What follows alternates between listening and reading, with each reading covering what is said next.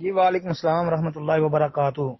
محترم بھائی نے اپنی اس وائس کے اندر جو سوال پوچھا ہے وہ یہ ہے کہ کتا کپڑوں کے ساتھ آ کے لگ گیا ہے، اٹیچ ہو گیا ہے، تو کیا ان کپڑوں میں نماز ہو جائے گی یا نہیں؟ محترم بھائی، اس مسئلے میں فقہا کا کافی سارا اختلاف ہے۔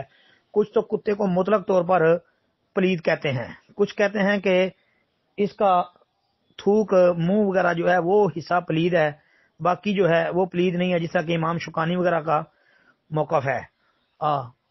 تو اس میں فقہا کا اختلاف ہے۔ جو فقی مسائل بیان کرنے والے ہیں، جنہوں نے فقی عنوان پر کتب لکھی ہیں، انہوں نے اس پر کافی بحث کی ہے۔